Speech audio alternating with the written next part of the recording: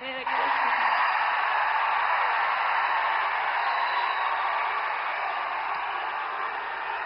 भारत माता की, भारत माता की, भारत माता की। ಬಾಗಲಕೋಟೆಯ ಮತ್ತು ವಿಜಯಪುರದ ನನ್ನ ಸೋದರ ಸೋದರಿಯರಿಗೆ ನಮಸ್ಕಾರಗಳು। मैं मां बनशंकरी को प्रणाम करता हूं। इस मन से गुरु बसवन्ना और सिद्धेश्वर स्वामी को भी नमन करता हूं। साथियों, आज सुबह ही हमें एक दुखद खबर मिली है। संसद में मेरे साथी बीजेपी के वरिष्ठ नेता और सामाजिक न्याय के अग्रणी सिपाही श्रीनिवास प्रसाद जी अब हमारे बीच नहीं रहे। श्रीनिवास प्रसाद जी कर्नाटका की चामराजनगर से सांसद थे। श्रीनिवास जी जमीन से जुड़े नेता थे, सच्चे अर्थ में जननेता थे। अपने इतने दशकों के सामाजिक जीवन में उन्होंने हर क्षण गरीबों, शोषितों, वंचितों की सेवा की। उन्होंने केंद्र और राज्य सरकार में कई अहम मंत्रालयों को भी दायित्व संभाला था। दलित वर्ग के सामाजिक उत्थान के लिए उन्होंने जो प्रयास किए, उन्हें हमेशा याद किया जाएगा। ईश्वर उन्हें सद्गति दे। उनके परिवार और समर्थकों के साथ मेरी संवेदनाएं हैं। साथियों, 2024 का चुनाव भारत का भविष्य तय करेगा। ये चुनाव विकसित भारत के संकल्प का चुनाव है। ये चुनाव आत्मनिर्भर भारत की सिद्धि का चुनाव है। हमारा संकल्प है कि नेक्स्ट कुछ ईयर्स में, आने वाले कुछ सालों में भारत विश्व की टॉप 3 इकोनॉमी बने। आप मुझे बताइए कि भारत को दुनिया की तीसरी बड़ी आर्थिक शक्ति कौन बनाएगा? कौन बनाएगा? कौन बनाएगा? कौन बनाएगा? जी नहीं, आपका एक वोट बनाएगा। आपके वोट की ताकत है जो मोदी को मजबूती देगी और तब जाकर के देश दुनिया में टॉप 3 इकोनॉमी बन जाएगा।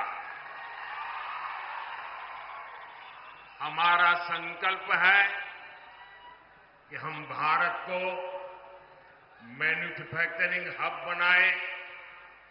हम भारत को स्किल सेंटर बनाएंगे और ये संकल्प वैकेशन गुजारने वाले नहीं कर सकते पूरा। मौज मस्ती में जिंदगी गुजारने वाले ये काम पूरा नहीं कर सकते हैं। इसके लिए तो विजन चाहिए और विजन के लिए जिंदगी चाहिए खपाने के लिए। जब विजन के लिए जीवन खपाते हैं और जब एक लक्ष्य को लेकर, एक संकल्प को लेकर 24/7 दिन रात काम करते हैं, तब जाकर के संकल्प सिद्ध होते हैं। और इसलिए मोदी का विजन भी क्लियर है और मोदी का जीवन भी 24/7 फॉर 2047। और इसलिए आज पूरा देश कह रहा है, फिर एक बार, फिर एक बार, फिर एक बार, फिर एक बार, फिर एक बार। जरा एसपीजी वाले ये बच्ची एक तस्वीर लेके आई है, कब से खड़ी रही है, उसकी तस्वीर ले लीजिए। बेटा please write down your name and address. मैं आपको चिट्ठी जरूर भेजूंगा। जरा उनसे एसपीजी के लोग फोटो ले लेना। आप हाथ नीचे करो बेटा, वो ले लेंगे। अब आप हाथ थक जाएगा आपका। हाँ।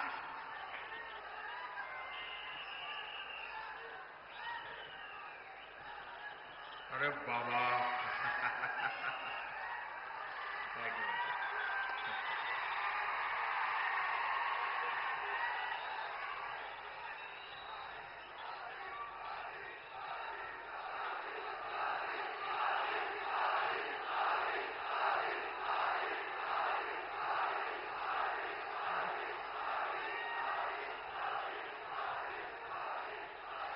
साथियों,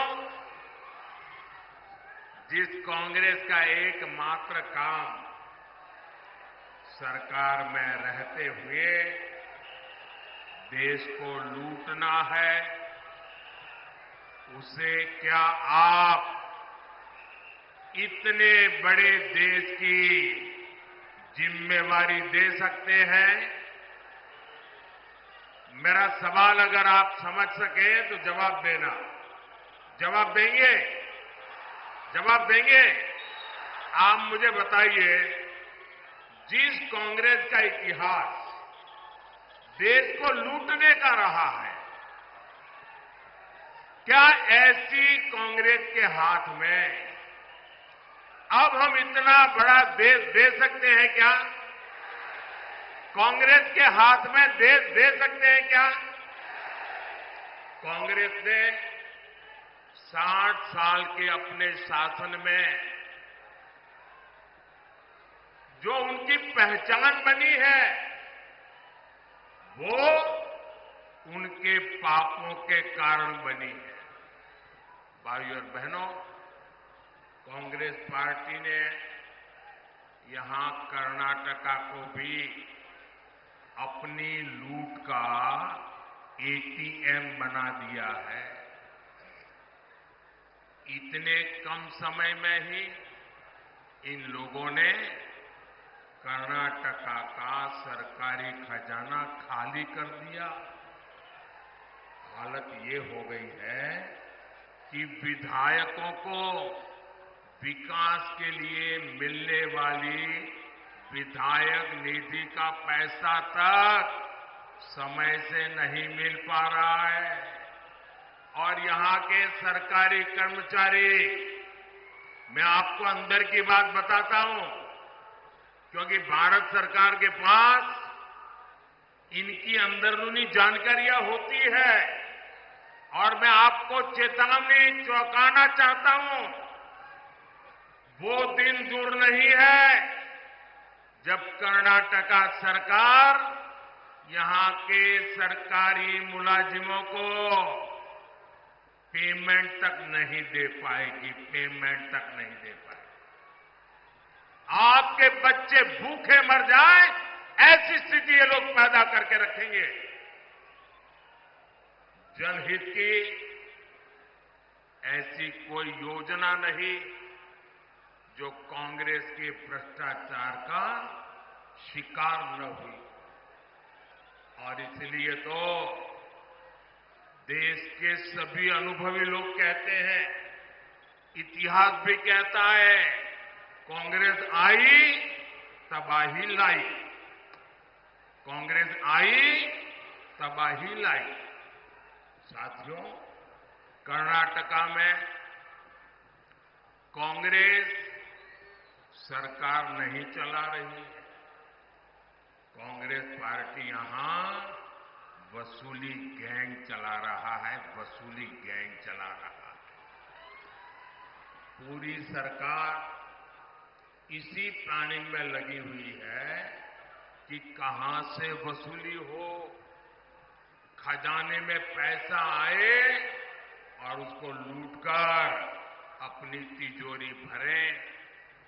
हमारा कर्नाटका और बेंगलुरु, जिसे दुनिया में टेक हब पर जाना जाता है, टेक हब के रूप में पूरे विश्व में हमारे कर्नाटका ने देश का नाम ऊंचा किया। आज कांग्रेस सरकार ने ये टेक हब को टैंकर हब बना दिया, टैंकर हब बना दिया। पानी के लिए टैंकर माफिया लोग मनमानी वसूली कर रहे हैं और इसका भी कमीशन कांग्रेस के लोगों तक पहुंच रहा है। लेकिन कांग्रेस इतने से संतुष्ट नहीं है। ये लोग 2G स्कैम जैसा लाखों करोड़ के घोटालों वाला स्कैम करने के लिए सपने देख रहे हैं। आप मुझे बताइए, 7 मई को कर्नाटका को लूटने वालों को सजा मिलनी चाहिए कि नहीं मिलनी चाहिए? सजा मिलनी चाहिए कि नहीं मिलनी चाहिए? कांग्रेस के भ्रष्टाचार का हिसाब करना चाहिए कि नहीं करना चाहिए?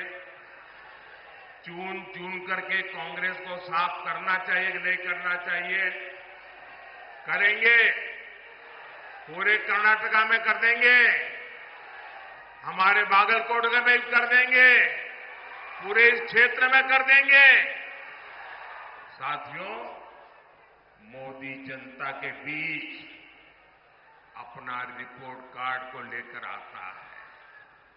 हमने कर्नाटका और उस क्षेत्र के लिए कितना काम किया, ये भी आपके सामने है। हमारी सरकार कर्नाटका में कई एयरपोर्ट बना रही है। इनमें से एक बीजापुर में भी तैयार हो रहा है। बागलकोट रेलवे स्टेशन को अमृत स्टेशन के रूप में डेवलप किया जा रहा है।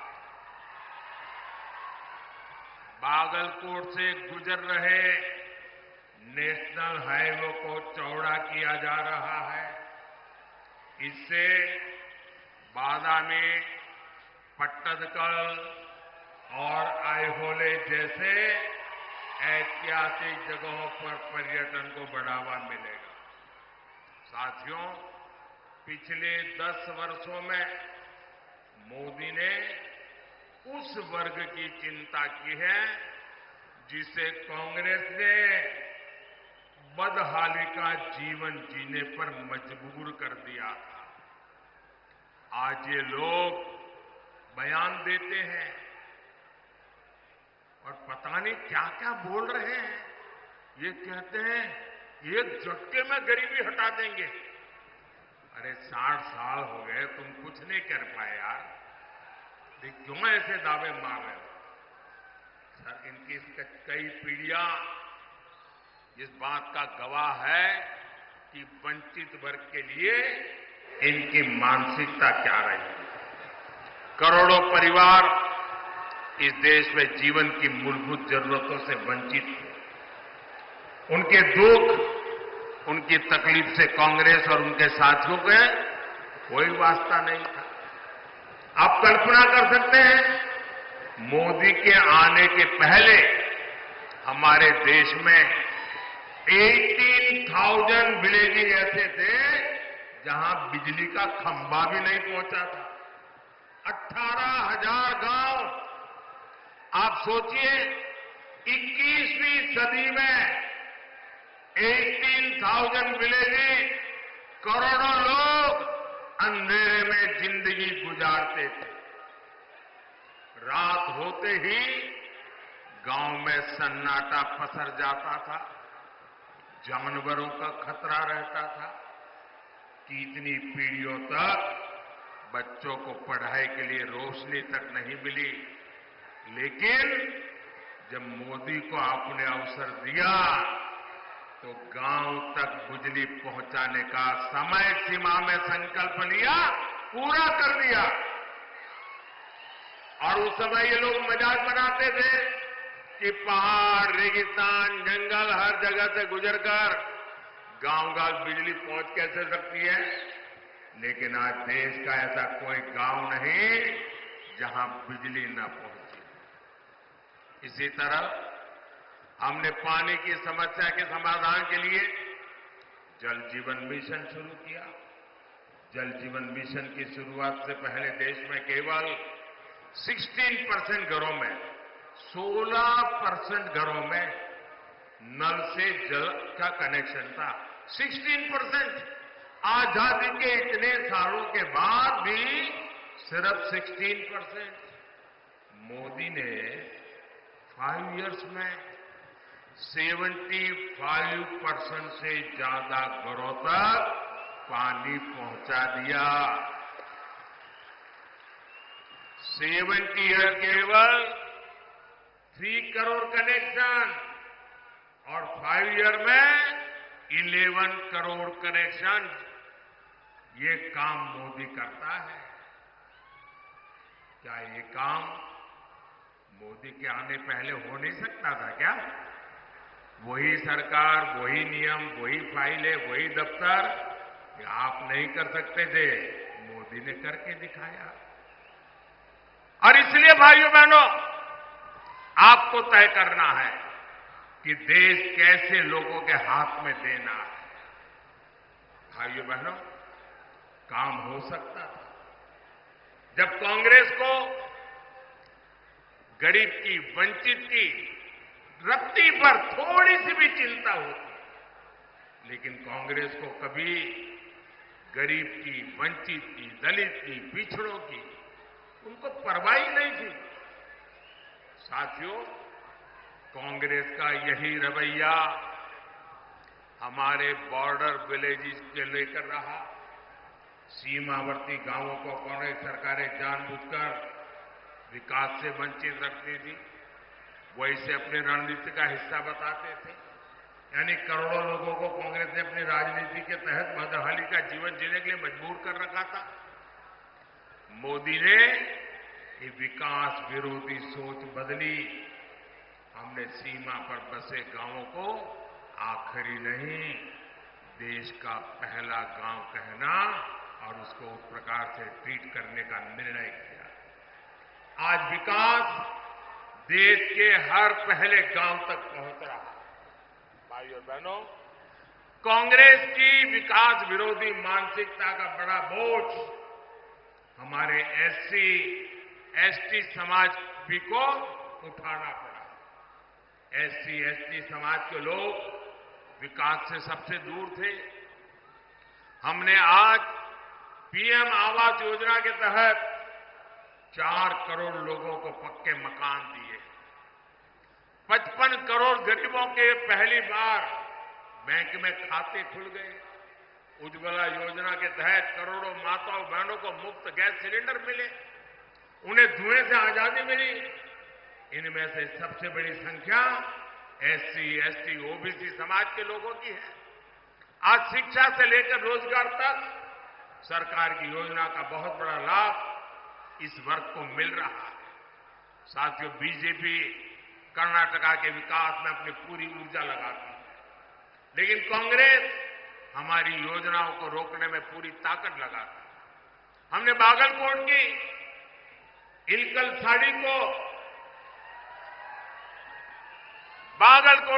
साड़ी उसको वन डिस्ट्रिक्ट वन प्रोडक्ट योजना में शामिल किया, ताकि यहां के बुनकरों को, जिन्हें आप नेकारा कहते हैं, उनकी इनकम बढ़े।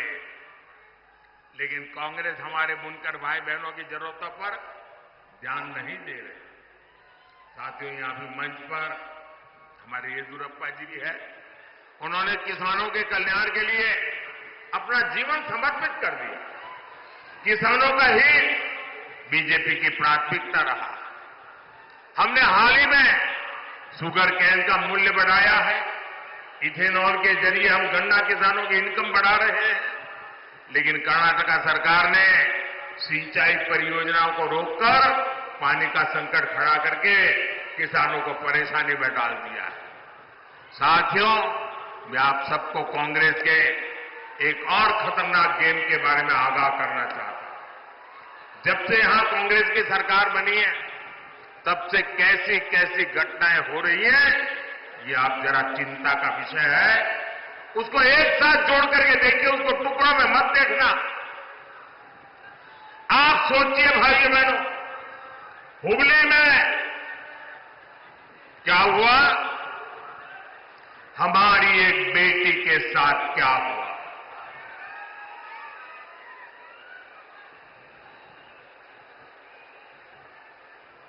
जहां शिक्षा का दाम है, हुबली में एक बेटी को एक के बाद एक चाकू के घाव मार दिए जाए, वो दृश्य देखकर हर किसी का दिल दहल गया। लेकिन यहां की पूरी सरकार वोट बैंक को बचाने के लिए बेटी के सम्मान पर ही हमला करने में जुट गई। तुष्टीकरण के लिए कांग्रेस किसी भी हद को पार कर सकती है। साथियों, कर्नाटका में कट्टरपंथी ताकतें बेलगाम हुई है। कोई दुकानदार अपनी दुकान के भीतर हनुमान चालीसा सुनता है तो उस पर हमला हो जाता है। राजधानी बेंगलुरु तक में दिन दहाड़े आतंकी हमला होता है, बम फूटता है, और सरकार पहले क्या बोलती है, कहती है गैस का सिलेंडर फटा है। ये गैस का सिलेंडर फटा है कि तुम्हारा दिमाग फटा है। बाद में कहते हैं ये बिजनेस राइवलरी थी। भाइयों बहनों, ये नॉर्मल क्राइम की घटनाएं नहीं है। ये आतंकवाद की, कट्टरतावाद की मानसिकता है, और कांग्रेस सिर्फ वोट पाने के लिए इस मेंटालिटी को प्रोटेक्ट कर रही है, प्रमोट कर रही है। साथियों, कांग्रेस की वोट बैंक की राजनीति के चलते अब देश में एससी, एसटी के अधिकार भी सुरक्षित नहीं है। एक और बीजेपी सरकार ने कर्नाटका में तलवारा समुदाय को एसटी का दर्जा दिया था। कर्नाटका में 3 लाख से ज्यादा परिवारों को हक्कू पत्र दिए गए, लेकिन कर्नाटका में कांग्रेस ने संविधान बदलने, एससी, एसटी, ओबीसी का हक छीनने का अभियान शुरू किया है। हमारा संविधान धर्म के आधार पर रिजर्वेशन की बात नकारता है, नहीं स्वीकारता है। लेकिन कर्नाटका की सरकार ने ओबीसी रिजर्वेशन का हिस्सा मुस्लिमों को दे दिया है। ये इतने से भी नहीं मानेंगे, इन्होंने पहले भी अपने मैनिफेस्टो में धर्म के आधार पर रिजर्वेशन देने के लिए कानून बनाने की बात कही। इस बार भी इनके मैनिफेस्टो में ऐसे ही सिग्नल है और मैं देश के मेरे दलित भाई बहनों को, मेरे एसटी भाई बहनों को, मेरे ओबीसी भाई बहनों को, मैं आपको कांग्रेस के मंसूबों से चेतने की जरूरत समझिए। ये लोग धर्म के आधार पर अपने वोट बैंक को सुरक्षित रखने के लिए वो आपके अधिकार जो बाबा साहब आंबेडकर ने दिए हैं, जो भारत के संविधान ने दिए हैं, उस पर लूट चलाने की ताक में बैठे हैं। उनको लगता है कि आज पार्लियामेंट में सबसे ज्यादा एससी एमपी बीजेपी के हैं, सबसे ज्यादा एसटी एमपी बीजेपी के हैं, सबसे ज्यादा ओबीसी एमपी बीजेपी के हैं और इसलिए उनको लगता है अब एससी, एसटी, ओबीसी तो बीजेपी का हो गया और अब माइनॉरिटी के ऊपर भरोसा करने के लिए एससी, एसटी, ओबीसी का लूटो, माइनॉरिटी को दे दो।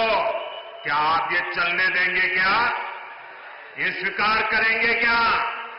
और मैं मेरे दलित भाई बहनों को, मैं मेरे आदिवासी भाई बहनों को, मैं मेरे ओबीसी भाई बहनों को आज गारंटी देता हूं, मैं कांग्रेस के ऐसे किसी मंसूबों को सिद्ध नहीं होने दूंगा। आपके अधिकारों की रक्षा के लिए, आपके आरक्षण की रक्षा के लिए मोदी किसी भी हद तक जाएगा, ये मैं आपको विश्वास दिलाता हूं। साथियों, आजकल एक और चिंता का विषय मैं आपके सामने रखना चाहता हूं। सोशल मीडिया का जमाना है, टेक्नोलॉजी का जमाना है और बहुत सी चीजें व्हाट्सएप पर, एक्स पर, सब पर आती रहती हैं और हम भी कभी देखे बिना फॉरवर्ड कर देते हैं। मैं सबसे पहले सोशल मीडिया के प्लेटफॉर्म पर काम कर रहा आया। आज दुनिया में भी सबसे ज्यादा फॉलोवर अगर किसी के हैं तो जो पहले 2-3 नाम है उसमें आपका एक मोदी है, क्योंकि मैंने इस ताकत का सदुपयोग किया, समाज से जुड़ने के लिए उपयोग किया, समाज की भावनाओं को समझने के लिए उपयोग किया, सही बात पहुंचाने के लिए उपयोग किया। लेकिन जो लोग चुनाव हार चुके हैं, मैदान खो चुके हैं, ये लोग इन दिनों टेक्नोलॉजी का उपयोग करके फेक वीडियो बना रहे हैं, आर्टिफिशियल इंटेलिजेंस का दुरुपयोग करते हुए मेरी आवाज में ऐसी भद्दी चीजें आजकल सोशल मीडिया में डाल रहे हैं कि बहुत बड़ा खतरा पैदा हो रहा है। और इसलिए मेरी देशवासियों की अपील है कि कोई भी फेक वीडियो आपको नजर आए, आप पुलिस को जानकारी दो, हमारी पार्टी को जानकारी दो, कानूनी लोगों पर कार्रवाई होगी और उनको सबक सिखाया जाएगा। ये देश का कानून किसी के साथ भी प्रकार के खेल खेलने की इजाजत नहीं देता है। मध्य प्रदेश में चुनाव था, अमिताभ बच्चन की आवाज में उन्होंने ऐसी खबरें चलाई, आखिरकार अमिताभ बच्चन को एक एफआईआर करना पड़ा, वो लोग सारे पकड़े गए। ये खेल बहुत बढ़ाया इन लोगों ने हताशा और निराशा में, और इसलिए मेरे भाइयों बहनों, हमें जागरूक रहने की जरूरत है। ये कोई भी फेक चीज आए उस पर भरोसा मत करना। दूसरी एक बात,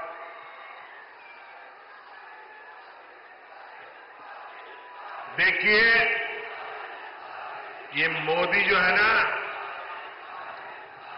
सीना तान करके आंख में आग मिला करके लड़ाई लड़ता है, पीठ के पीछे वार नहीं करता है। आपको याद होगा हमारे देश में अचानक एक बार बागलकोट की चर्चा शुरू हो गई थी, आपको याद होगा। जब मैंने बालाकोट में एयर स्ट्राइक किया तो बहुत लोगों को समझ नहीं आया बालाकोट है कहां, तो बागलकोट को ही बालाकोट बांध करके यहां बम गिरे चलाया, आधा पौना घंटा ऐसे ही चला। भाइयों बहनों, मैंने बालाकोट पर एयर स्ट्राइक किया, चोरी छुपे के नहीं किया, एयर स्ट्राइक कर करके प्रेस कॉन्फ्रेंस करके बताया कि आज हमने ऐसा ऐसा किया है और दुश्मन का इतना इतना नुकसान किया है। इतना ही नहीं, जब हमने एयर स्ट्राइक किया तो मैंने प्रेस को बुला के रखा था और फौज के लोगों को कहा था कि 11 बजे प्रेस को बताना है, लेकिन मैंने कहा कि उसके पहले मैं पाकिस्तान को टेलीफोन करके सूचना दूंगा कि आज हमने रात को एयर स्ट्राइक की है, तुम्हारे इतने लोगों को मारा, इतनी तबाही की है, उसको बता दूंगा, छुपाऊंगा नहीं। लेकिन पाकिस्तान वाले टेलीफोन पर ही नहीं आते थे, तो मैंने कहा इंतजार करो, हमारे फौज का लोग इंतजार करते थे। करीब 12 बजे बात हुई, उसके बाद मैंने दुनिया को बताया कि मैंने रात को एयर स्ट्राइक किया है और पाकिस्तान के छक्के छुड़वा दिए हैं। भाइयों बहनों, ये मोदी छुपाता नहीं है, न मोदी छिप करके वार करता है, जो भी करता है सामने से करता है, देश के लिए करता है। और आज भी जो लोग मेरे देश के निर्दोष नागरिकों को मारने की हरकत करेंगे, ये नया भारत है, घर में घुस करके मारेगा। साथियों, 7 मई को आपका वोट बैंक की राजनीति करने वालों को जवाब देगा। आपका वोट विकसित कर्नाटका, विकसित भारत की गारंटी बनेगा। मेरा अनुरोध है, बागलकोट से मेरे अनन्य साथी पीसी गड्डीगौड़ जी और बीजापुर से हमारे वरिष्ठ साथी रमेश जिनागी जी को विशाल बहुमत से विजयी बनाइए। आप यहां अपने परिवार में अपने परिचितों से कहिएगा कि मोदी जी आए थे, मोदी जी ने आपको प्रणाम कहा है, हर घर में मेरा प्रणाम पहुंचा देना। मेरे साथ बोलिए, भारत माता की, भारत माता की, भारत माता की। बहुत बहुत धन्यवाद।